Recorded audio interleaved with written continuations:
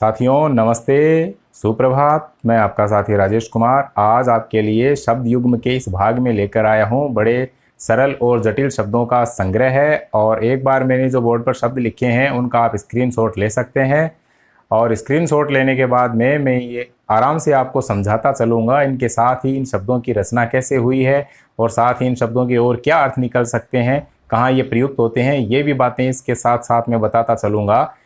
इसके लिए आप पहले इसका स्क्रीनशॉट लेकर के लिखने के लिए अपने पास रख सकते हैं।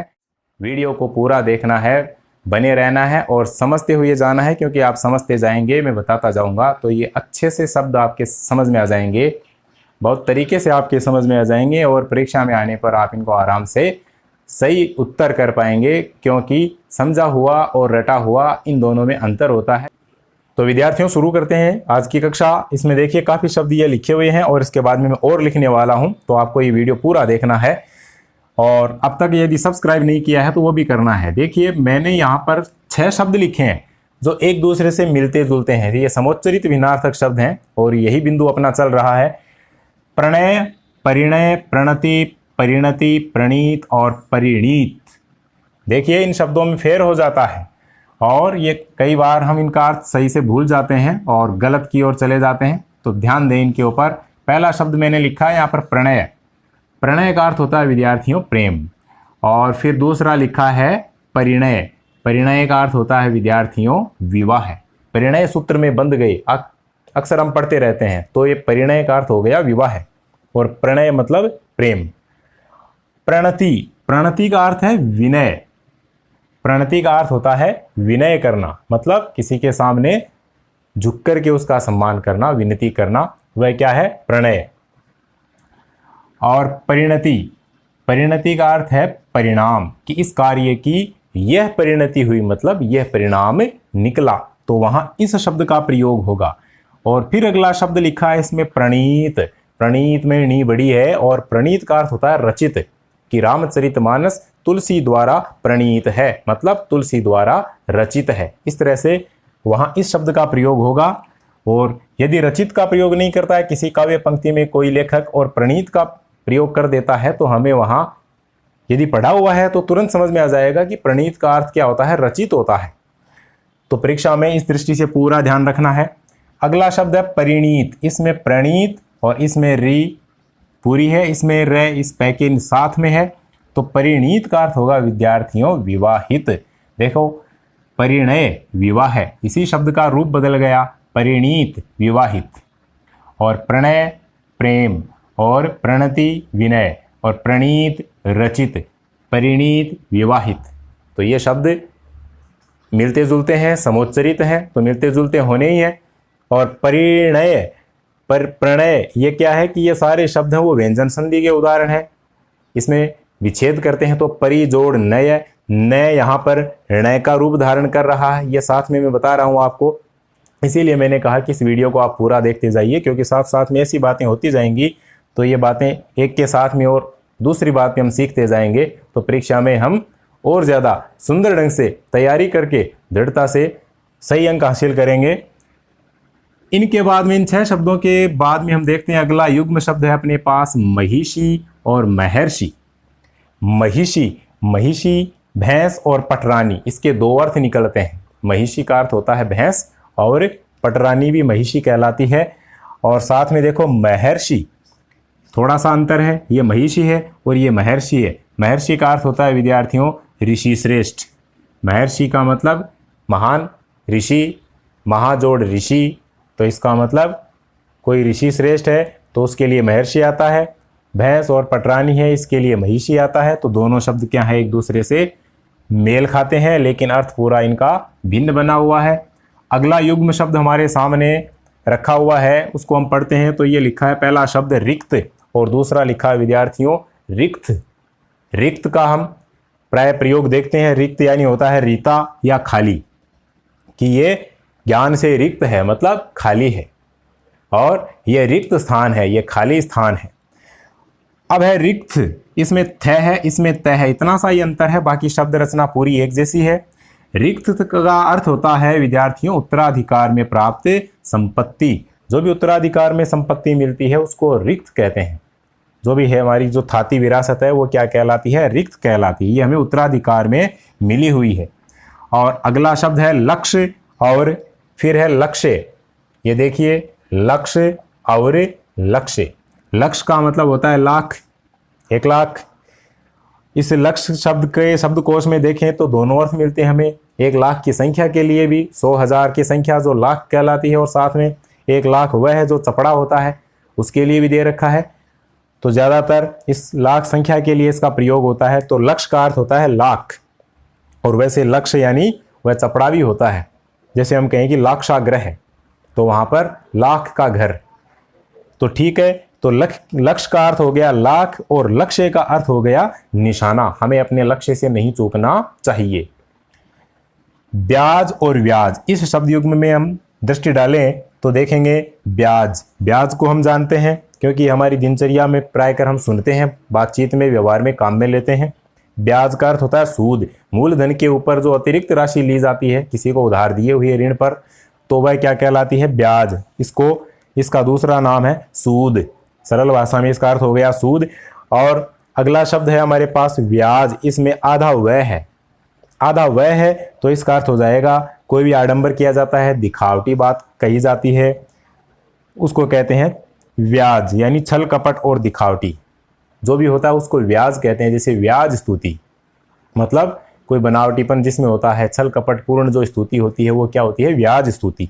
तो इस प्रकार ब्याज और व्याज में अंतर बहुत ही महत्वपूर्ण शब्द हैं। परीक्षा की दृष्टि से इनमें से कोई सा भी युग्म उठा करके पेपर में टिका करके हमसे पूछा जा सकता है। तो हमें इस पर बने रहना है, इनको भुलाना नहीं है, बार बार अभ्यास करके बार बार पढ़ करके इनको तैयार करना है। अगले शब्द पर आते हैं स्कंद और स्कंध। देख रहे हैं विद्यार्थियों, स्कंद और स्कंध, ये आधा न है, इसकी जगह अनुस्वार का प्रयोग भी उचित है। ऐसे भी लिखा हुआ हो सकता है और अनुस्वार वाला भी लिखा हुआ हो सकता है, वो सरल बात है। थोड़ा सा अंतर है, इसमें द है और इसमें ध है। स्कंद, स्कंद का अर्थ होता है कार्तिकेय। कार्तिकेय शिव जी का एक पुत्र है, गणेश जी का भाई, जिसका वाहन मयूर है, जिसको षडानन भी कहते हैं, वह कार्तिकेय है। कृतिका में ए प्रत्यय मिलने से कार्तिकेय की रचना हुई है। और दूसरा है स्कंध। स्कंध का अर्थ होता है कंधा या कोई तना, उसको स्कंध कहते हैं। तो स्कंद, कार्तिकेय, स्कंध, कंधा, दोनों शब्द हैं, वे युग्म रूप में है और इनका ये अर्थ सामने दे रखा है। अगले शब्द पर हम आते हैं तो अगला शब्द हमारे पास रखा है वृक, और फिर नीचे दूसरा शब्द है वक्र। वृक और वक्र। वृक का अर्थ होता है भेड़िया, वृक यानी भेड़िया, और वक्र का अर्थ होता है टेढ़ा, वक्र दृष्टि, टेढ़ी दृष्टि कि विधाता ने इस समय प्रकृति पर वक्र दृष्टि कर रखी है, मतलब टेढ़ी दृष्टि कर रखी है, यानी वे इस समय विपरीत है। तो वक्र का अर्थ होता है टेढ़ा। अब देखें अगला शब्द हम इस युग्म में, तो ये युग्म कहता है सुगंध और सौगंध।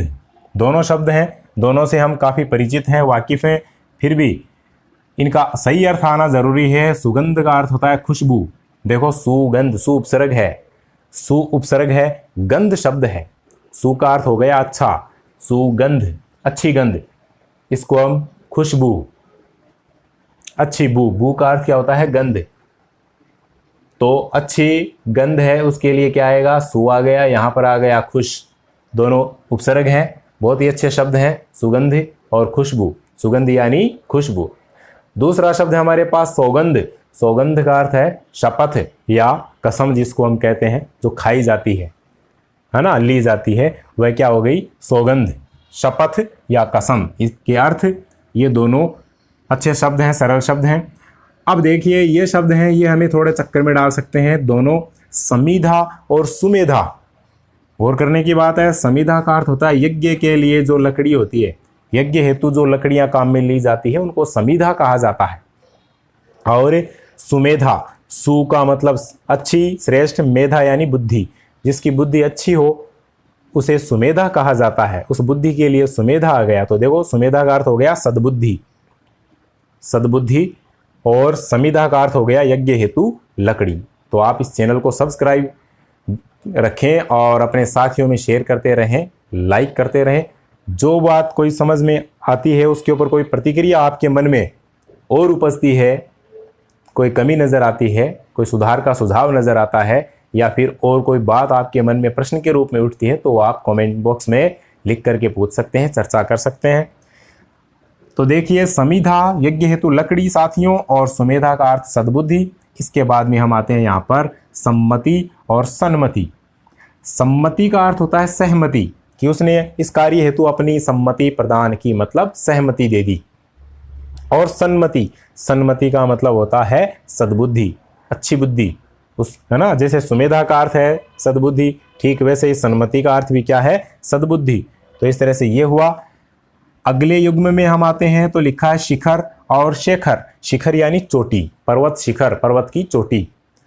और शेखर, शेखर का अर्थ होता है मुकुट, शिरोभूषण, सिर पर कोई शोभनीय आभूषण लगाया जाता है, मुकुट धारण किया जाता है, किरीट लगाया जाता है, तो उसको क्या कहते हैं विद्यार्थियों, शेखर कहते हैं। तो शेखर सिर की शोभा बढ़ाने वाला होता है, और शिखर यानी चोटी होता है। दोनों में अंतर है, समान से नजर आते हैं। खाई और खाई, ये देखिए खाई, खाई का अर्थ है गहरा गड्ढा, और खाई, खाई का मतलब है कोई वस्तु उसने खाई, ये खाना क्रिया है, स्त्रीलिंग रूप है। तो ये खाई, इसमें ई है और इसमें ये है, दोनों में अंतर है। अंतर पर हमें देखना है, ध्यान देना है। अब इधर मैंने लिखे हैं वो शब्द कुछ हटकर हैं और कुछ विशेष स्थान भी रखते हैं, और उन पर हम नज़र नहीं डालते हैं, जबकि वे बहुत ही छोटी छोटी बातें हैं, लेकिन वे हो सकता है परीक्षा में अगला प्रश्न के रूप में दे दे तो बड़ी बात बन सकती है। देखिए, देखो मैंने दो है लिखे हैं यहाँ पर, एक है और एक है। ये बिना अनुस्वार का है और ये अनुस्वार सहित है। इस है, ये है, इसका प्रयोग होता है एक वचन में कि मोहन पढ़ता है, तो है मोहन एक वचन, वर्तमान काल का सूचक है, क्रिया के साथ में ये है, तो ये एक वचन और वर्तमान काल सूचक है। इस अकेले है का प्रयोग यहाँ होता है, जबकि एक होता है अनुस्वार वाला है वह एक वचन में भी प्रयुक्त होता है और बहुवचन में भी प्रयुक्त होता है। जैसे सीधा हम कहें, बहुवचन में देखें तो सीधा कहें कि विद्यार्थी पढ़ रहे हैं, तब है के ऊपर अनुस्वार लगेगा वर्तमान काल। बहुवचन के लिए तब अनुस्वार लगेगा, अनुस्वार नहीं लगाते हैं तो वह वाक्य अशुद्ध वाक्य की श्रेणी में आ जाता है। वाक्य शुद्धि में ऐसी बारीकियां आएंगी। तो है के ऊपर अनुस्वार है, हमने कहा कि मोहन, ये विद्यार्थी पढ़ रहे हैं, तब है के ऊपर अनुस्वार आएगा। मोहन पढ़ रहा है, तब है के ऊपर अनुस्वार नहीं आएगा, क्योंकि मोहन अकेला है और यहाँ विद्यार्थी हैं वो बहुत सारे हैं।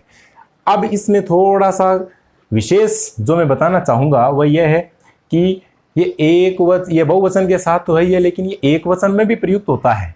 जैसे सीधा कहें कि मोहन पढ़ रहा है, तब इसका प्रयोग नहीं होगा। इसका प्रयोग कहाँ होगा विद्यार्थियों, जब कोई सम्मानित व्यक्ति है, अकेला है, उसके लिए कोई बात कह रहे हैं, वहाँ है के ऊपर अनुस्वार आएगा। जैसे मंत्री जी आ रहे हैं, मंत्री अकेला ही है।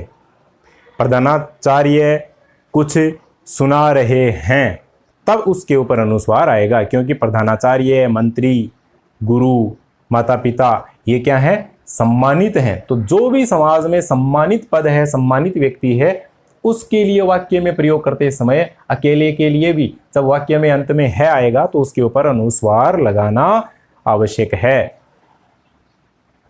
अब गुरुजी अकेले हैं, गुरुजी पढ़ा रहे हैं, तब हैं के ऊपर अनुस्वार आएगा। पिताजी बुला रहे हैं, तब हैं के ऊपर अनुस्वार आएगा। तो ये बात गौर से आपको याद कर रखनी है। अब देखिए अगले शब्द की ओर हम दृष्टि डालें तो इस युग्म में मैंने लिए एक अकेली थी और एक अकेली थी जिसमें अनुस्वार है। जैसा कि इसमें है वैसा ही इसमें वर्तमान काल और इसमें भूतकाल। ये अकेली थी कि बालिका पढ़ रही थी, एक वचन, भूतकाल, स्त्रीलिंग, तब इस थी के ऊपर कोई अनुस्वार नहीं आएगा, है ना। महिला जा रही थी, तब नहीं आएगा। लेखिका लिख रही थी, तब इस थी पर अनुस्वार नहीं आएगा। अब गौर करना आप, यहां थी के ऊपर अनुस्वार मैंने टिकाया है। ये एक वचन के लिए भी आता है और ये बहुवचन के लिए भी आता है। जब एक वचन में इसका प्रयोग होता है तो वहां देखना आप, वाक्य में कोई ना कोई सम्मानित व्यक्ति होता है, कोई ना कोई वहां पर सम्मानित व्यक्ति होता है। जैसे लेखिका लिख रही थी तब अनुस्वार नहीं आया थी के ऊपर। क्यों? क्योंकि लेखिका कोई भी है, सामान्य है। अब हम कहें कि महादेवी वर्मा लिख रही थी, तब महादेवी वर्मा एक वचन है, स्त्रीलिंग है, लेकिन वह सम्मानित पद है, सम्मानित व्यक्ति है, समाज की एक सम्मानित लेखिका है, तब उस थी के ऊपर अनुस्वार का प्रयोग करना आवश्यक हो जाएगा। बात समझिए कि थी के ऊपर अनुस्वार एक वचन में भी आ गया, लेकिन कब आया? जब स्त्रीलिंग है कोई, लेकिन वह सम्मानित है, समाज की कोई प्रतिष्ठापूर्ण पद पर स्थापित है, तो उस थी के ऊपर अनुस्वार का प्रयोग जरूरी है। और कहाँ होगा? बहुवचन में होगा। बहुत सारी औरतें कि महिलाएं गा रही थीं, तब महिलाएं बहुवचन हो गया और उस थी के ऊपर अनुस्वार हो गया। भले ही वे महिलाएं सम्मानित नहीं है तो भी उस थी के ऊपर क्या हो गया? अनुस्वार हो गया, क्योंकि वहां पर स्त्रीलिंग में क्या है? बहुवचन है। तो बहुवचन है तब उस थी के ऊपर अनुस्वार का प्रयोग जरूरी होता है। एक वचन है, स्त्रीलिंग है, लेकिन वह सम्मानित है तो उस थी के ऊपर अनुस्वार का प्रयोग होगा। एक वचन है, स्त्रीलिंग है, लेकिन सम्मानित नहीं है, सामान्य है, तो उस थी के ऊपर अनुस्वार का प्रयोग नहीं होगा। इस युग में मैं इतना ही बताना चाहता हूं और ये काफी इंपॉर्टेंट बात है, महत्वपूर्ण बिंदु है। अब देखिए आता है सो और सौ। सो जिस पर एक मात्रा लगी है, ओ की मात्रा है, सो, इसका अर्थ होता है समान। तो सम को उदार जग माही, कि आपके समान कौन उदार है। सो यानी समान, और इस सो का अर्थ सामान्य वाक्य में प्रयोग करें कि सो गया, मतलब वहां सोना क्रिया हो गई। और एक है यहां पर सौ, तो इसका अर्थ हो गया शत, सौ की संख्या। अगला युग्म आता है अपने पास, जिसमें मैंने 3 शब्द लिखे हैं। इसमें एक है उर, दूसरा है उरु और तीसरा है उरु। उर जिसमें कोई मात्रा नहीं है, और ऊ भी क्या है? ह्रस्व है, छोटा है, तो इसका अर्थ सीधा सीधा है छाती, कि उर में छाती, सीना, हृदय, इसके लिए क्या आता है? उर आता है। और एक है उरु, जिसमें क्या है विद्यार्थियों? जिसमें छोटा ऊ और बड़ा रू है, उरु। इसका अर्थ हो जाएगा स्तन या उरोज। उर है जोड़ जय, विसर्ग संधि का उदाहरण है। और ये क्या है? उरु। उरु का अर्थ स्तन या उरोज। इसमें रू है, इसमें र है, बाकी ऊ दोनों में छोटा है। उरे और उरु, इनमें से दो कोई से भी शब्द लेकर के शब्द युग्म बना करके परीक्षा में पूछा जा सकता है। उरु और उरु का अर्थ होगा जांग, जिसमें ऊ और रू दोनों क्या हैं? दीर्घ हैं। तो जैसे जैसे शब्द का रूप बदलता जाता है, वैसे वैसे उसका अर्थ, उसकी महत्ता है, उसमें भी परिवर्तन होता जाता है। यही शब्द का चमत्कार है, यही साहित्य का ज्ञान है। और आगे बढ़ते हैं। उपल और उत्पल। उपल का अर्थ होता है ओले या पत्थर। काफी बार आ चुका है यह शब्द युग्म के रूप में। उपल का अर्थ होता है ओले या पत्थर, और उत्पल इसमें आधा तय अतिरिक्त है इस शब्द की बजाय। तो उत्पल का अर्थ हो गया विद्यार्थियों कमल। नीलोत्पल, नीलोत्पल घनश्याम, काम कोटि शोभा अधिक। तो नीलोत्पल, नीलोत्पल का अर्थ हो गया नील जोड़ उत्पल, नीला कमल, उत्पल यानी कमल। तो ये शब्द हैं। अब इसके बाद में मैं और शब्द उतार रहा हूं। अब ये दूसरे दौर के शब्दों में हम देखते हैं, तो इनमें पहला शब्द है मंजी और दूसरा लिखा है मजी। एक पर अनुस्वार है, दूसरे पर अनुनासिक ध्वनि चंद्र बिंदु है। दोनों के अर्थ में भिन्नता है इस बिंदु के कारण। देखेंगे, मंजी का अर्थ है खटिया, छोटी खाट होती है उसको कहते हैं मंजी। और मजी का अर्थ है मांझी हुई, किसी वस्तु को हम साफ कर देते हैं, शुद्ध कर देते हैं, वो क्या है? मांझी हुई, तो वो है मंजी हुई। तो ये इतना सा अंतर है, लेकिन ये अर्थ में काफी अंतर है। इधर देखते हैं निकष और निष्कर्ष। निकष का अर्थ होता है विद्यार्थियों कसौटी, और निष्कर्ष का अर्थ होता है सार। फिर अगला शब्द युग्म हमारे पास विवरण और विवरण। इसमें पहला शब्द है विवरण, इसका अर्थ होता है ब्यौरा देना, किसी वस्तु का विस्तार से ब्यौरा देना, वो क्या है? विवरण हो गया। और विवरण, विवर्ण, विवर्ण का मतलब वी उपसर्ग लगा है, शब्द है वर्ण। वर्ण का अर्थ होता है रंग, वी का अर्थ होता है रहित। विवर्ण मतलब रंग रहित यानी रंगहीन। रंगीन अलग होता है और रंगहीन अलग होता है। रंगीन बोलते हैं जिसमें काफी रंग हो, और रंगहीन बोलते हैं जिसमें कोई रंग न हो। तो विवर्ण का अर्थ हो गया रंगों से रहित यानी रंगहीन। तो दोनों में अंतर हो गया, विवर्ण और विवरण। अब ये काफी महत्वपूर्ण शब्द है अगला, वारांगना और वीरांगना। वारांगना उल्टा स्त्री वेश्या के लिए आता है, और वीरांगना शब्द का अर्थ वीर नारी। इसके लिए आता है। तो वारांगना और वीरांगना में अंतर। फिर है उपाधि और उपाधि, छोटी बड़ी मात्रा का अंतर है विद्यार्थियों। उपाधि छोटी, इसका अर्थ होता है पद। उपाधि देना, पद देना, खिताब देना, कोई पदवी देना, वो क्या हो गई उपाधि। और उपाधि बड़ी है तो इसका अर्थ हो जाता है उपद्रवी के लिए आता है ये। तो उपाधि बड़ी का अर्थ हो गया उपद्रवी और उपाधि छोटी का अर्थ हो गया पद या कोई खिताब। फिर है अंश, अंश और अंशु। अंश का अर्थ होता है भाग, हिस्सा, टुकड़ा किसी वस्तु का, तो वह कहलाता है अंश। और दूसरा लिखा है अंश जिसमें दंत्य स है तीनों पर अनुस्वारी, इसमें तालव्य स है पहला और इसमें दंत्य स है यानी तीसरा स है, तो इस अंश का अर्थ होता है कंधा। तो इन शब्दों की रचना पर हमें गौर करना चाहिए। ये केवल याद करने की वस्तु ही नहीं बल्कि व्यवहार में भी हमें इनको सही ढंग से वाक्य में प्रयुक्त करना चाहिए ताकि हमारी भाषा और ज़्यादा परिष्कृत हो, प्रभावशाली हो। अंश का मतलब भाग, हिस्सा और अंश यानी कंधा। इसी से मिलता जुलता एक शब्द है अंशु। अंशु का अर्थ होता है किरण। अगध और अंगद, इस युग्म पर हम दृष्टि डालें तो अगध, अगध यानी निरोग और अंगद यानी बाली का पुत्र। वानरराज सुग्रीव के भाई बाली, वह भी वानर राज था, उसका पुत्र क्या अंगद था जिसने अपना पैर गड़ा दिया था रावण की सभा में और उसको कोई हटा नहीं सका था। अंगद का पांव अटल है। तो अगध, ए ग द, इस पर कोई मात्रा कोई अनुस्वार नहीं है तो इसका अर्थ है निरोग। निरोग, निरुपसर्ग नी छोटी, निर जोड़ रोग बराबर नी बड़ी हो जाती है। निरोग में हमें नी बड़ी का प्रयोग करना चाहिए। शब्द शुद्धि में भी ये शब्द आ जाता है। और अंगद यानी बालीपुत्र। बता दूं कि यह शब्द सेकंड ग्रेड आरपीएससी की परीक्षा में आया हुआ है ये युग्म।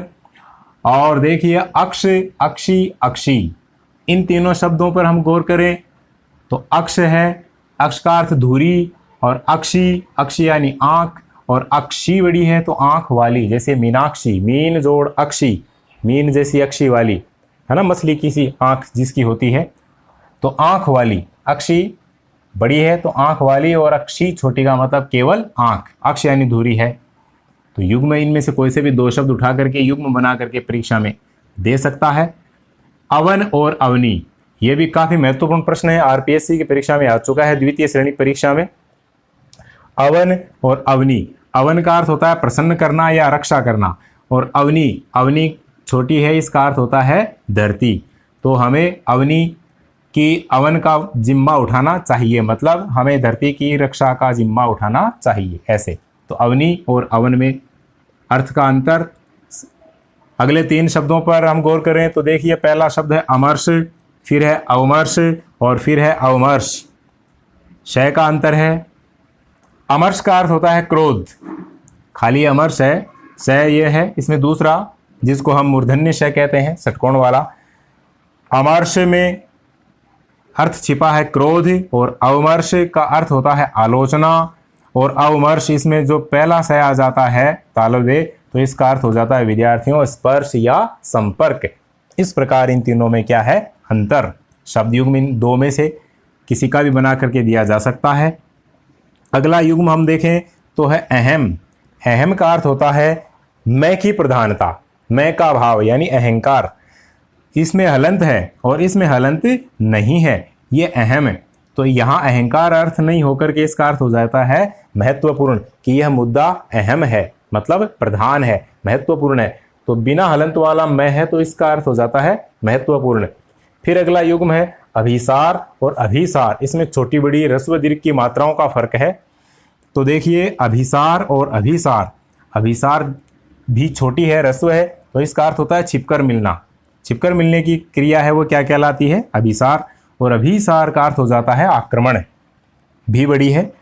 अब इनकी ओर हम देखते हैं, हमारे पास ये आगे के जो और शब्द हैं कि अयाल, अराल और अराला। काफ़ी शब्द ऐसे हैं जो अधिकतर विद्यार्थियों के नहीं पढ़े हुए हैं, उनको उन पर ध्यान देना चाहिए, अच्छी तैयारी होनी चाहिए। अयाल, अराल, अराला। अयाल का अर्थ होता है विद्यार्थियों घोड़े या शेर की गर्दन के बाल, उनको क्या कहते हैं अयाल। इंपॉर्टेंट। अराल, अराल का मतलब टेढ़ा, और अराला यानी वेश्या। तो इस प्रकार अराल, अराला आ सकता है, अयाल या अराल आ सकता है, कैसे भी पूछा जा सकता है। अब ये भी देखिए काफ़ी महत्वपूर्ण है, हमारी ये विद्यालय स्तर की परीक्षाओं में भी आ जाते हैं ये काफ़ी शब्द कि आधी, आधी और व्याधि। आधी छोटी है तो मानसिक पीड़ा, आधी का मतलब आधा और व्याधि का मतलब शारीरिक पीड़ा। आधी और व्याधि अधिकतर पूछा जाता है, आधी और व्याधि में अंतर। तो आधी का मतलब मानसिक पीड़ा, जैसे चिंता, तनाव, ये सब क्या है, ये आधी की श्रेणी में आ जाते हैं। और व्याधि का मतलब कोई रोग हो जाता है, शारीरिक रोग, तो वह किसकी श्रेणी में आ जाता है, व्याधि की श्रेणी में आ जाता है। तो व्याधि का विच्छेद करें तो यण संधि है वी धन आधि, ई जोड़ा है बराबर या का निर्माण, तो इस प्रकार इसमें वी उपसर्ग भी है। अगला युग्म है अपने पास आवृत और आवृत्त। ये देखिए आवृत्त, इसमें आधे तय का आगमन नहीं हुआ है, इसमें आधा तय साथ में है, बस इतना सा ही अंतर है, बहुत ही बारीक अंतर है। आवृत्त यानी होता है घिरा हुआ, जिसमें तय नहीं है, और जिसमें आधा तय है आवृत्त, इसका अर्थ होता है दोहराया हुआ, बार बार आया हुआ, वह क्या हो गया, आवृत्त। उसका हमें प्रयोग इस तरह से करना चाहिए, यह शब्द शुद्धि की भी सामग्री है। अगले युग्म की ओर देखें तो देखिए आवृत्ति और आवृत्ति। इसमें है आवृत्ति का मतलब आवरण, आवरण, और आवृत्ति जिसमें आधे तय का भी समागम है, इस आवृत्ति का अर्थ हो जाता है बार बार होना। इन्हीं से बने हुए हैं ये शब्द। और ये शब्द युग्म है आरसी और आरसी। आरसी जिसमें मूर्धन्य श है और आरसी जिसमें दंत्य स है। आरसी का अर्थ होता है वेदों से संबंधित, क्योंकि आर्ष, आर्ष यानी वेद, और आरसी यानी वेदों से संबंधित, वेद संबंधी। और आरसी का मतलब होता है आईना, दर्पण। बोलते हैं ना हाथ कंगन को आरसी, क्या, आरसी यानी आईना, दर्पण, जिसमें हम प्रतिबिंब देखते हैं। और अगला शब्द युग्म है अपने पास विद्यार्थियों आकुंचन, और दूसरा है आलुंचन। आकुंचन का अर्थ होता है सिमटना, कोई वस्तु सिमटती है तो उस प्रक्रिया को आकुंचन कहते हैं, और किसी वस्तु को चीर दिया जाता है तो उसे आलुंचन कहते हैं। तो आकुंचन और आलुंचन में ये अंतर है। आप इनका एक स्क्रीनशॉट लेकर के इनको भी आप रख सकते हैं। देखिए इंदिरा और इंद्रा एक युग्म शब्द है। इंदिरा का अर्थ होता है लक्ष्मी, तो इंद्रा, इंद्रा का अर्थ होता है इंद्र की पत्नी, इंद्राणी, शची। ईड़ा और ईड़ा, एक में ह्रस्व है और एक में दीर्घ है, तो अर्थ में अंतर है। ईड़ा का अर्थ है विद्यार्थियों पृथ्वी, नाड़ी और बुद्धि। इसका अर्थ पृथ्वी होता है, नाड़ी भी होता है और बुद्धि भी होता है। जबकि ईड़ा का अर्थ है स्तुति और प्रशंसा, ई बड़ी है जिसमें। ईशा और ईशा, यहां हम देखते हैं तो इसमें तालव्य और मूर्धन्य का अंतर है। ईशा में पहला श है तो हो गया दुर्गा, और ईशा ये है मूर्धन्य, तो इसका अर्थ हो गया, ईशा का अर्थ हो गया हल्की लंबी लकड़ी। इस श को ख भी बोला जाता है, ईशा, ईखा।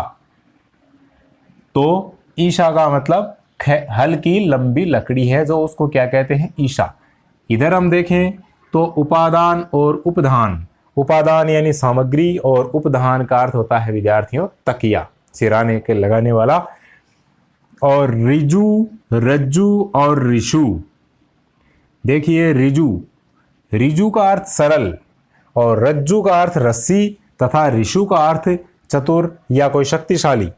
तो तीनों अर्थ शब्द हैं वो मिलते जुलते से हैं, समोच्चरित से हैं, और लेकिन अर्थ में भिन्नता होने के कारण ये युग्म शब्द हैं। एतवार और एतबार। एतवार का अर्थ होता है इतवार, एतवार यानी इतवार मतलब रविवार। और एतबार, वह और बै का फर्क है। एतबार का अर्थ होता है विश्वास। एक है विद्यार्थियों कामुक और एक है कारमुक।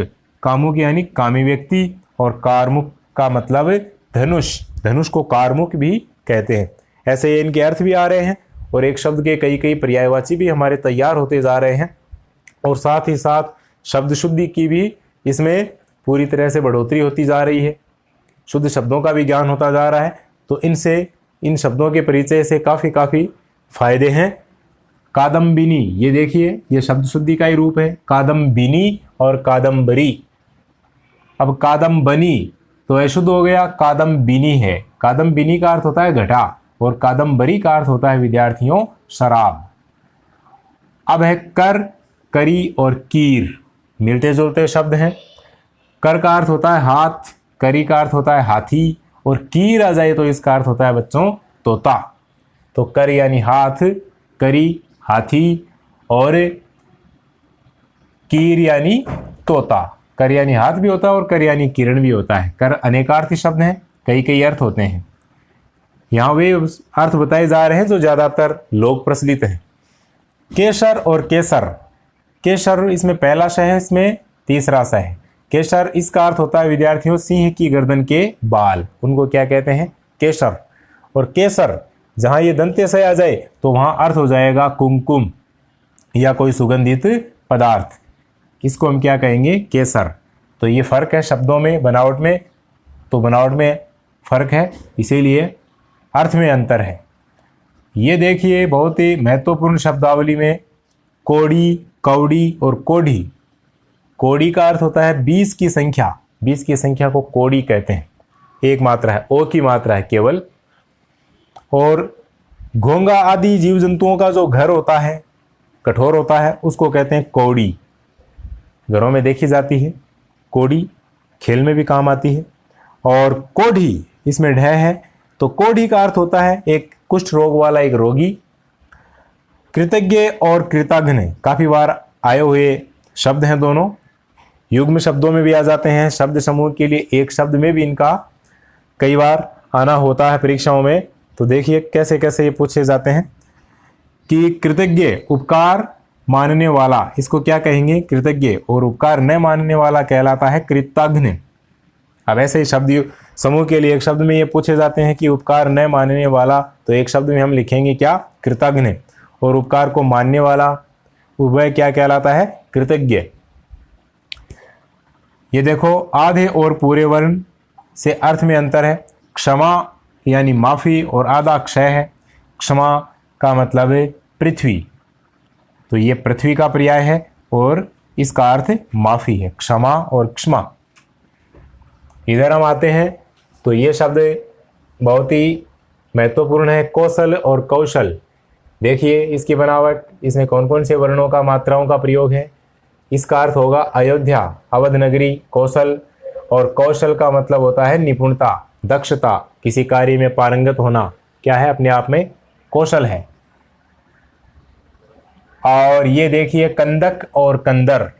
कंदक का अर्थ होता है पालकी और कंदर होता है गुफा। एक है कवक और एक है कवच।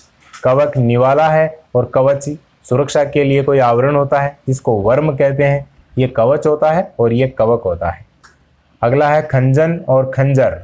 खंजन एक पक्षी है तो खंजर कटार को कहते हैं। ये बहुत महत्वपूर्ण है। गेय और गेय, उच्चारण एक समान सा है लेकिन अर्थ पूरी तरह से अलग है, भिन्न है। गेय बनावट भी अलग है।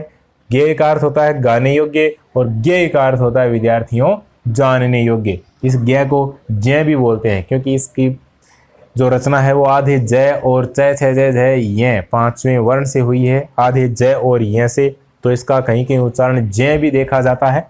तो इसको गेय की जगह कई लोग जय भी बोल देंगे। ज्ञानी, ज्ञानी, ज्ञान, ज्ञान, ऐसे इसका उच्चारण प्रचलित है। तो गेय का मतलब गाने योग्य और इस गेय का अर्थ जानने योग्य। यहाँ देखें चक्रवाक और चक्रवात। चक्रवाक चकवे पक्षी है उसके लिए आता है और चक्रवात चक्रदार हवा चलती है घुमावदार अपने रेगिस्तान में, तो उसको क्या कहते हैं? चक्रवात। समुद्री इलाके में भी चक्रवात आता है तो घुमावदार हवा, चक्रदार हवा होती है, उसको चक्रवात कहते हैं। इधर हम देखें 3 शब्द हैं, एक है छकड़ी, छगड़ी और छाग। छकड़ी बैलगाड़ी है और गैड़ी गै आता है तो छगड़ी का अर्थ होता है बकरी। और छाग, छाग का अर्थ होता है विद्यार्थियों बकरा। तो छकड़ी और छगड़ी और छाग में क्या है? अर्थ में भिन्नता है। ये दोनों शब्द बहुत ही भ्रम में डाल सकते हैं। कैसे? देखो चरित और चरित्र। चरित का अर्थ होता है जीवनी और चरित्र होता है आचरण। किसी की जीवनी लिखी जाती है उसको चरित, जैसे तुलसी ने लिखा है रामचरितमानस, तो उसमें राम के मानस यानी मनोदशा, मन के विचार और साथ में चरित यानी उनकी जीवन लीला का पूरा उसमें चित्रण है, तो वह है चरित है, उसको रामचरितमानस कहा गया है। उसमें चरित्र शब्द का प्रयोग नहीं है। तो चरित्र आचरण हो गया और चरित्र जीवनी हो गई। आशा करता हूँ वीडियो आपको पसंद आया होगा। अपने साथियों को शेयर कीजिए, लाइक कीजिए और सब्सक्राइब इसको बनाए रखिए और बने रहिए। जय हिंद।